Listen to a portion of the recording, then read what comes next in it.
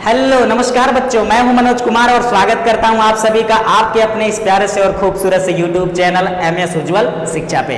तो बच्चों, class 9th subject mathematics की स्टार्टिंग आज के इस नए लेक्चर, नए ऊर्जा, नए उत्साह के साथ हम सभी करने वाले हैं। तो आप सभी अपने असली ताकत कॉपी और पेन को लेकर के मेरे साथ टॉपिक्स को समझने के साथ साथ उसको सॉल्व करने को हो जाइए तैयार, ठीक है। तो बच्चों, सीधी बात, नो बकवास, स्टार्ट करते हैं आज का ये लेक्चर पूरे कॉन्सेप्ट के साथ, because concept is the power of knowledge.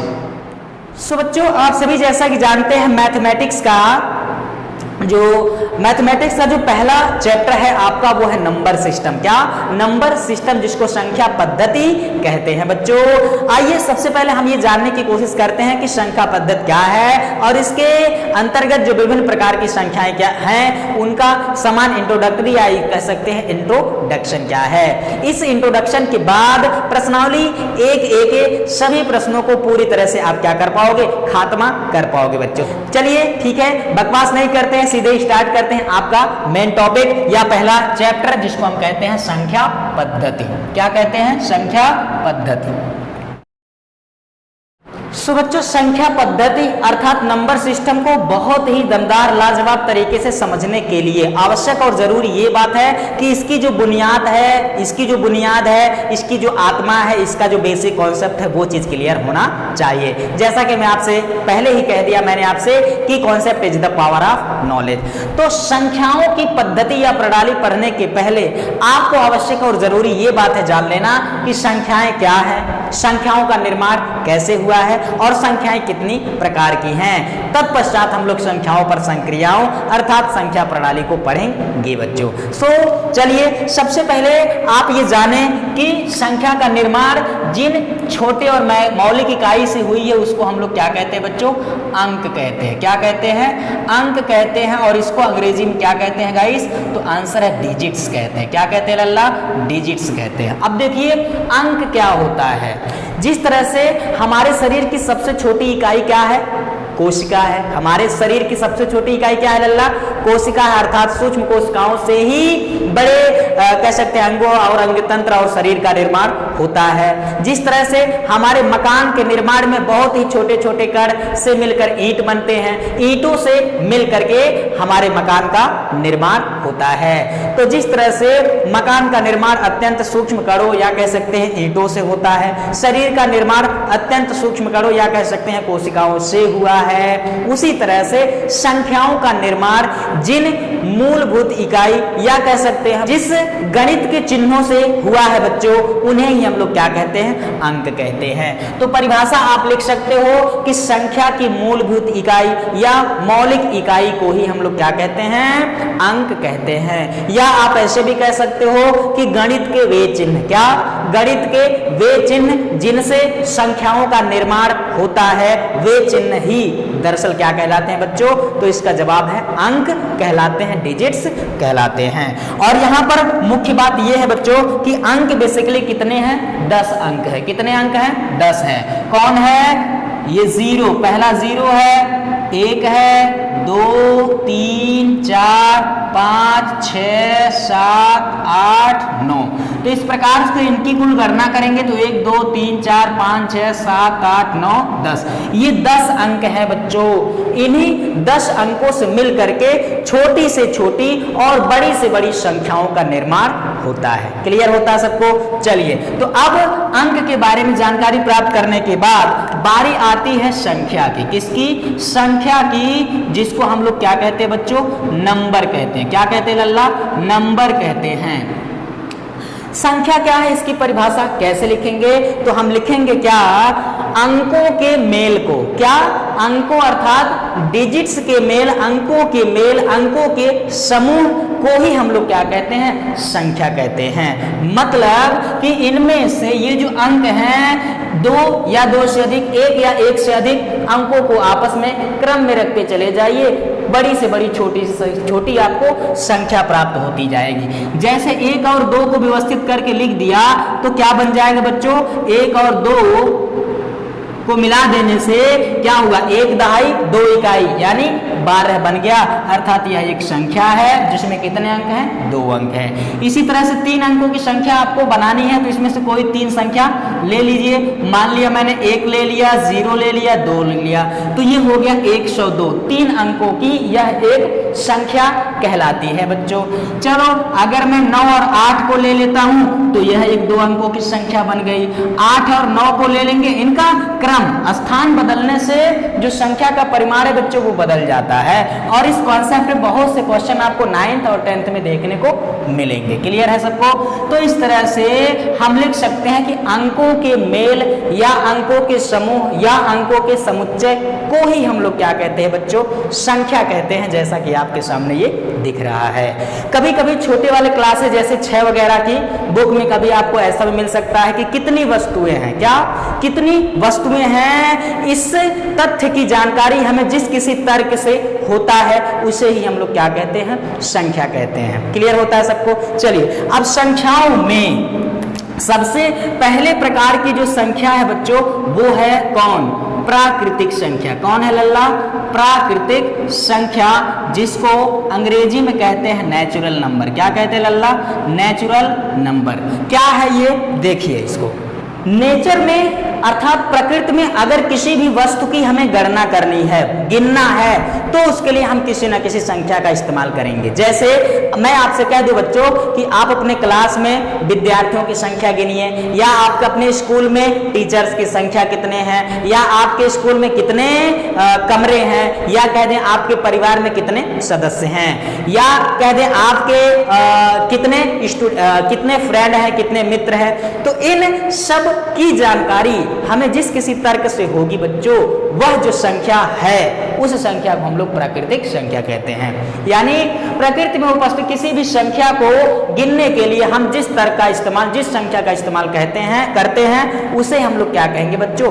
प्राकृतिक संख्या कहते हैं। और आप सभी को मालूम है किसी भी संख्या को अगर हम गिनते हैं तो सबसे पहले छोटी से छोटी संख्या का इस्तेमाल करते हैं, वो कौन है बच्चों? 1 है। यानी कि सबका मालिक 1, यही से हम करते हैं किसी वस्तु की गणना करने में। कौन है? सबका मालिक 1। यानी सबसे छोटी प्राकृतिक संख्या कौन? सबसे छोटी प्राकृतिक संख्या कौन होती है? 1। और इसके बाद 2, इसके बाद 3, एक एक बढ़ाते चले जाइए, 4, 5, 6, और इस तरह से आप गिनते रहिए। कब तक? जब तक अंत न हो। और जिसका अंत न हो बच्चों उसको क्या कहते हैं? अनंत कहते हैं। जिसका अंत न हो उसको क्या कहते हैं लल्ला? अनंत कहते हैं। मतलब 100 बात की एक बात कि सबसे छोटी प्राकृतिक संख्या 1 है, सबसे बड़ी प्राकृतिक संख्या अनंत है, असीमित है। क्लियर होता है सबको? चलिए अब दूसरी आता है क्या? पूर्ण संख्या, जिसको होल नंबर कहते हैं। क्या आता है बच्चा? पूर्ण संख्याएं, जिसे हम कहते हैं क्या? होल नंबर कहते हैं।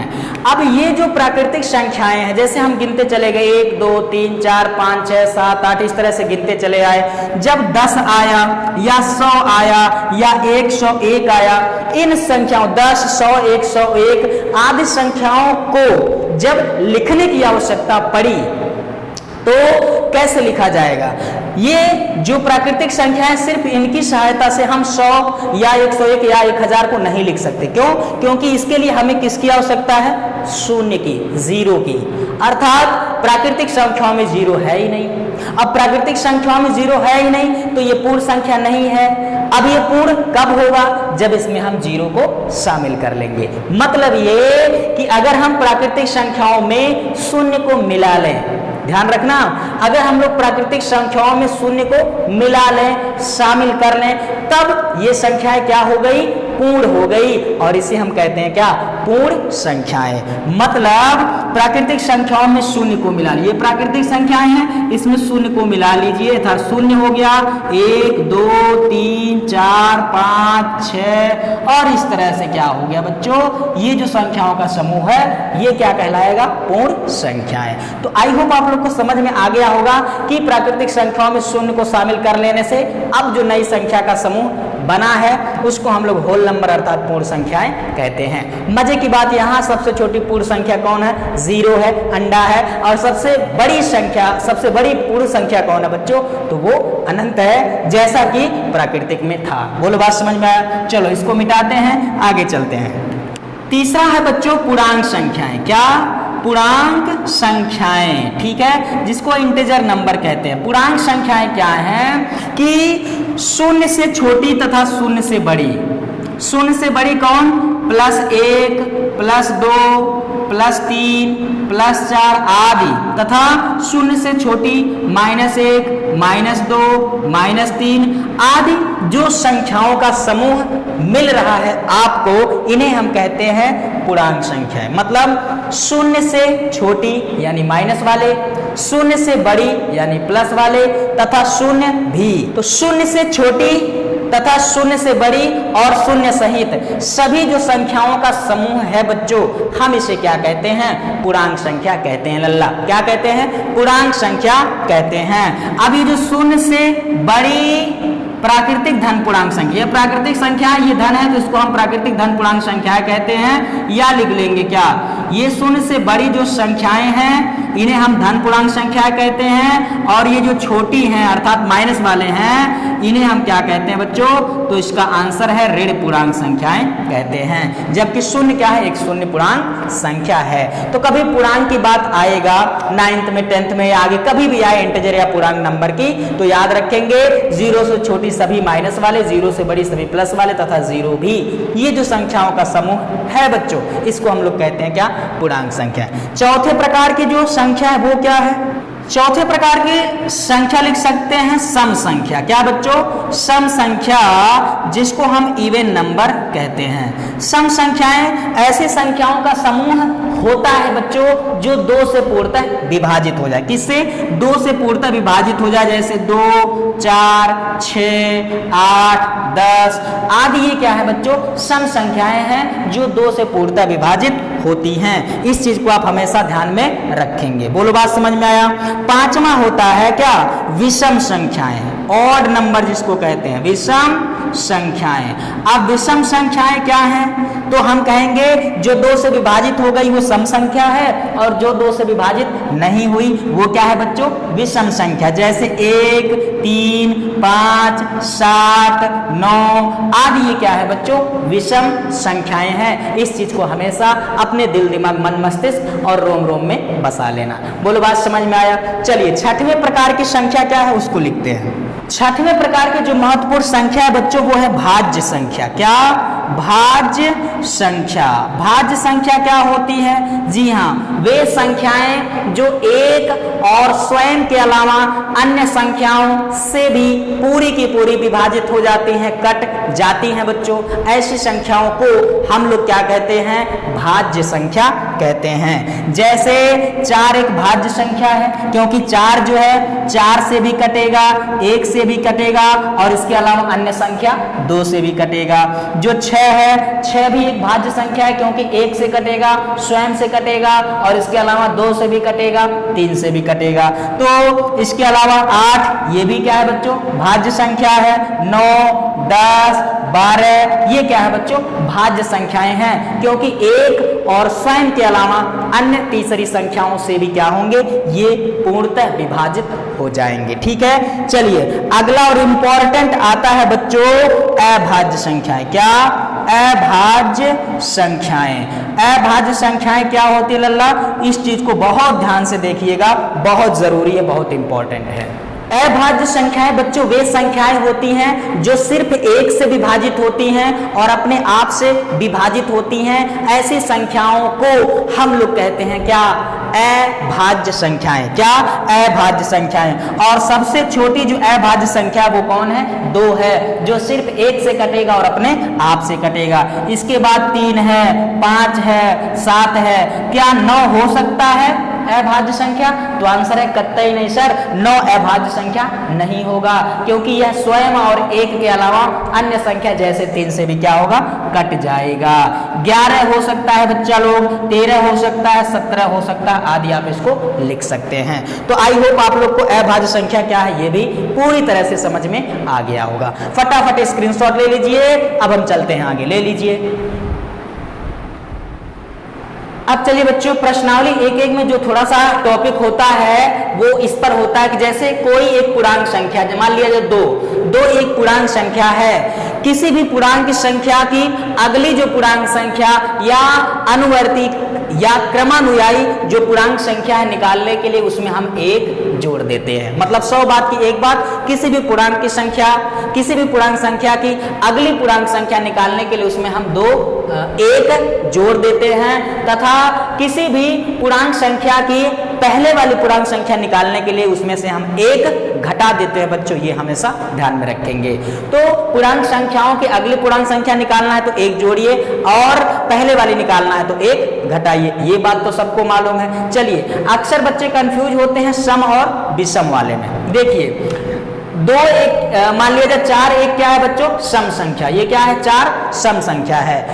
इस सम संख्या की अगली सम संख्या निकालना है तो उसमें 2 जोड़िए। कितना? 2 जोड़िए। इस बात को ध्यान रखेंगे। किसी भी सम संख्या की अगली सम संख्या निकालनी है तो उसमें 2 जोड़िए, और पिछली सम संख्या निकालनी है तो उसमें से 2 घटाइए। ये बात आप ध्यान में रखेंगे। सम संख्या की अगली सम संख्या निकालनी है तो 2 जोड़ेंगे, और पिछली सम संख्या निकालनी है तो भी आप 2 घटाइए। बोलो, बात समझ में आया? कहीं आपने अगर 1 जोड़ दिया तो किसी भी सम संख्या के ठीक बाद वाली जो संख्या होगी वो क्या होगी बच्चों? विषम होगी। क्या? विषम होती है बच्चों। जैसे लिख दें 2 3 4 5 6 7 8 इस तरह से। तो देखो, ये सम, ये विषम, ये सम विषम, सम विषम, सम विषम, इस तरह से होता है। सम संख्या में 1 जोड़ोगे विषम आ जाएगा, और विषम में 1 जोड़ोगे सम आ जाएगा। क्लियर? तो सम संख्याओं में 1 जोड़ने से विषम आएगा, विषम में 1 जोड़ने से सम आएगा। लेकिन अगर सम में 2 जोड़ेंगे तो सम आएगा, विषम में 2 जोड़ेंगे तो विषम आएगा। क्लियर होता है सबको? जैसे x एक सम संख्या है तो x की अगली सम संख्या निकालनी है तो इसमें 2 जोड़िएगा। ठीक है? और अगर हम कह दें कि x एक विषम संख्या है, इसकी क्रमागत विषम संख्या क्या होगी तो उसमें हम लोग क्या करेंगे? 2 जोड़ेंगे बच्चों। इसको हमेशा अपने दिमाग में रखेंगे। ठीक है? अब थोड़ा सा कुछ और विशेष प्रकार की संख्याएं हैं जो आप सभी को जानना जरूरी है। अब बेसिक ही चल रहा है तो थोड़ा सा और बता ही देते हैं। ठीक है? अगला 8वें प्रकार की जो संख्या आप ध्यान में रखेंगे वो है बच्चों सह अभाज्य संख्या। क्या? सह अभाज्य संख्या। ये आपको बहुत फायदा दिलाएगा बच्चों तब जब आप 10th का पहला चैप्टर रियल नंबर पढ़ेंगे तब। ठीक है? सह अभाज्य क्या होता है? सह अभाज्य संख्याएं ऐसे संख्याओं के युग्म या जोड़े होते हैं जिनका उभयनिष्ठ गुणनखंड 1 होता है। मतलब जो सिर्फ 1 से विभाजित होते हैं, अन्य किसी संख्या से विभाजित नहीं होते, हम उन्हें क्या कहते हैं? सह अभाज्य। जैसे हमने कह दिया 2 और 5, ये संख्याओं का जोड़ा है, युग्म है। जोड़ा है, युग्म है। 1 के अलावा और भी कोई संख्या है जो इन दोनों को काटेगा? किसको? दोनों को काटेगा? तो आंसर है नहीं। आप कह सकते हैं 4 और 9, 4 और 9, क्या 1 के अलावा अन्य कोई संख्या है जो दोनों को काटेगा? तो आंसर है नहीं। सिर्फ एक ऐसी संख्या है जो 4 को भी काट सकता है, 9 यानी दोनों को काट सकता है। क्लियर? आप लोग सोच रहे हैं सर 2, तो 2 बच्चों 4 को काटेगा लेकिन 9 को विभाजित कर पाएगा क्या? तो आंसर नहीं। आप लोग सोच रहे हैं 3, तो 3 तो 9 को विभाजित करेगा लेकिन 4 को विभाजित कर पाएगा? नहीं। इसका मतलब है जो दोनों को विभाजित कर पाए ऐसी संख्या सिर्फ 1 है अगर, तो हम उन दोनों संख्याओं को या संख्याओं के जोड़े या युग्म को क्या कहेंगे? सह अभाज्य कहेंगे बच्चों। बहुत इंपॉर्टेंट है क्लास 10th के पहले चैप्टर के लिए। बोलो, बात समझ में आया? चलिए, अब अगला पुनः जो आपके जरूरत की चीज है 9वां, वो क्या है? तो वो है बच्चों परिमेय संख्या। क्या? परिमेय संख्या, जिसको बेसिकली हम लोग क्या कहते हैं? रेशनल नंबर कहते हैं। क्या? Rational number. ये क्लास 10th के लिए बहुत इंपॉर्टेंट है, आपको जानना ही जानना पड़ेगा। क्लियर होता है सबको? परिमेय संख्याएं क्या होती है बच्चों? तो वे संख्याएं जिन्हें हम p/q के रूप में व्यक्त कर सकें। पहली बात, वे संख्याएं जिन्हें हम p/q के रूप में व्यक्त कर सकें। क्लियर होता है? जहां p और q दोनों क्या हो? p और q दोनों पूर्णांक संख्याएं हो। क्या हो? पूर्णांक संख्याएं हो, तथा इनका जो हर है शायद आपको दिख रहा है, तो अच्छी बात है, नहीं दिख रहा है तो भी अच्छी बात है, सुन रहे हैं, जिनका हर क्या हो बच्चों, कभी भी 0 के बराबर न हो। मैंने क्या कहा कि वे संख्याएं जिन्हें हम बटे के रूप में अर्थात p/q के रूप में लिख सकें, जहां p और q दोनों ही क्या हो बच्चों, पूर्णांक संख्याएं हो और उनका हर अर्थात नीचे वाली संख्या कभी भी 0 के बराबर नहीं होना चाहिए, 0 के बराबर नहीं होना चाहिए बच्चों। इस चीज को हमेशा ध्यान में रखें। क्लियर? अब बहुत से हैं जैसे 22/7, ठीक है, 1/2 -1/2, ठीक है, और 0, 5, ठीक है, और भी लिख सकते हैं, दशमलव में लिख लो या फिर 33 बटा कुछ भी लिख सकते हैं, जैसे 2 लिख सकते हैं। ये सभी बटे के रूप में या तो लिखी हैं बच्चों या तो लिखी जा सकती हैं। ऐसी संख्याओं को हम लोग क्या कहते हैं, परिमेय संख्या कहते हैं। बोलो बात समझ में आया? कुछ लोगों के मन में ये आता है कि सर 0 को आपने क्यों लिखा है, 0 को हम बटे के रूप में नहीं लिख सकते। बाबू लिख सकते हो, किसी भी संख्या के बटे में आप 1 लिख सकते हो, किसी भी संख्या के बटे में या गुणे में 1 लिख सकते हो, क्योंकि 1 सभी संख्याओं का क्या होता है, महत्तम समापवर्धक होता है। कौन?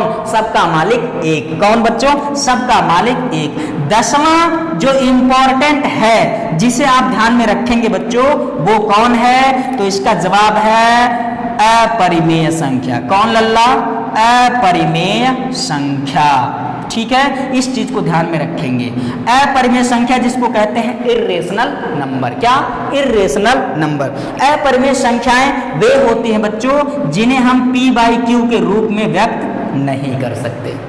तो अपरिमेय संख्याएं वे हैं बच्चे जिन्हें हम p/q के रूप में नहीं व्यक्त कर सकते। क्लियर होता है? ऐसी संख्याओं को हम लोग अपरिमेय संख्या कहते हैं। जैसे जितने रूट वाले हैं, रूट में जैसे अगर रूट 1 है, रूट 1 का मान जो है कितना होगा बच्चों, फ्रेश 1 या प्लस माइनस 1 होगा, जो कि एक परिमेय संख्या है। तो रूट 1 हो या सिर्फ 1 है तो यह एक परिमेय संख्या होगा। किंतु अगर रूट 2 हो, रूट 3 हो, रूट 5 हो, क्लियर होता है सबको, रूट 6 हो या 3 प्लस 2 रूट 2 हो, ठीक है, ऐसी कोई संख्या है, या पॉइंट कितना हो 9, दशमलव करड़ी के अंदर 0.9 हो, 0.1 हो, ठीक है, पाई हो, सबसे महत्वपूर्ण, इसको याद रखेंगे। अगर पाई है, पाई ये भी क्या होता है बच्चों, अपरिमेय संख्या होती है। इस चीज को हमेशा अपने दिमाग में रखेंगे। कुछ बच्चे अक्सर कंफ्यूज होते हैं कि 22/7 को आप कह रहे हैं कि परिमेय है, जबकि पाई को कह रहे हैं कि अपरिमेय है। जबकि आपने पढ़ा है या आप पढ़ेंगे कि पाई का मान 22/7 होता है। जी हाँ, होता नहीं है, इतना बस माना गया बच्चों, मानता है कि पाई का मान 22/7 होता है, लेकिन पाई की एग्जैक्ट वैल्यू जो है वो कितना होता है, 3.14159 इस तरह से होता है। ये दशमलव के बाद न कभी खत्म होने वाली संख्या होती है और न ही एक ही संख्या बार बार रिपीट होगी, बदल बदल के संख्याएं आएंगी और कभी खत्म भी नहीं होगा। अर्थात पाई की जो वैल्यू होती है उसका दशमलव प्रसार अशांत अनावर्ती होता है। क्या होता है लल्ला? अशांत अनावर्ती होता है, इसलिए हम इसको क्या कहते हैं, एक अपरिमेय संख्या है। बोलो बात समझ में आता है? पाई दिवस मनाया जाता है, ये जो 14 दिख रहा है और ये 3 जनवरी फरवरी मार्च होता है। पाई दिवस 14 मार्च को मनाया जाता है, 1:59 पे मनाया जाता है। इसी 14 मार्च को अल्बर्ट आइंस्टीन की जन्म हुई थी और इसी 14 मार्च को स्टीफन हॉकिंस का मृत्यु भी हुआ था। तो ये थोड़ा सा रहस्यमयी बात है, इसको आप ध्यान में रखेंगे। तो आगे आप इस बात को हमेशा ध्यान रखिएगा बच्चों कि पाई क्या है, एक अपरिमेय संख्या है, जबकि पाई का जो लगभग मान होता है 22/7 वो क्या है, एक परिमेय संख्या है। बोलो बात समझ में आया? कंफ्यूजन तो नहीं है, लेकिन ये पाई का वास्तविक मान नहीं है, इतना लगभग माना गया है। इस बात को हमेशा ध्यान में रखेंगे। फटाफट आप लोग स्क्रीनशॉट ले लीजिए। अब हम चलते हैं आगे। अब एक बात और जो आप सभी को ध्यान में रखना है, क्योंकि 10th में बहुत काम आएगा बच्चों, कक्षा 10वीं के गणित का जो पहला अध्याय है जिसको हम रियल नंबर अर्थात वास्तविक संख्या कहते हैं, वो क्या होता है।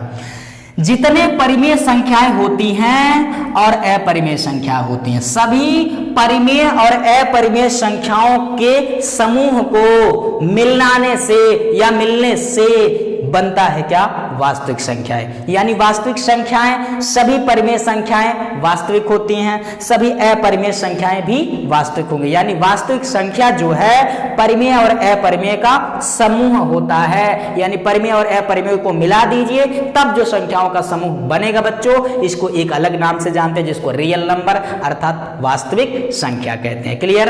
अगर क्वेश्चन पूछा जाए क्या सभी परिमेय संख्याएं वास्तविक होती हैं, तो हम कहेंगे हाँ सभी परिमेय वास्तविक होते हैं। सभी अपरिमेय संख्याएं वास्तविक होती है, तो हम कहेंगे हाँ सभी अपरिमेय संख्याएं भी क्या होती हैं, वास्तविक होती हैं। किंतु अगर ऐसा आ जाए कि सभी वास्तविक संख्याएं परिमेय होती हैं या सभी वास्तविक अपरिमेय होती हैं, तो ऐसा गलत है। क्यों? क्योंकि जो वास्तविक हैं उसमें दोनों होते हैं। वास्तविक संख्या न सिर्फ परिमेय हो सकती है और न ही सिर्फ अपरिमेय हो सकती है। हाँ, कुछ वास्तविक संख्याएं हैं जो परिमेय हैं, कुछ वास्तविक संख्याएं हैं जो अपरिमेय हैं। बोलो बात समझ में आया? ले लीजिए स्क्रीनशॉट। तो बच्चों इस वीडियो में बस इतना ही। अगले वीडियो में हम 9th क्लास मैथमेटिक्स के पहले चैप्टर अर्थात संख्या पद्धति की पहली प्रश्नावली 1A का बेसिक कॉन्सेप्ट और उसके प्रश्नों को लेकर के आपके सामने पुनः होते हैं हाजिर। तब तक के लिए आप सभी हमें दीजिए इजाजत। जय हिंद, जय भारत।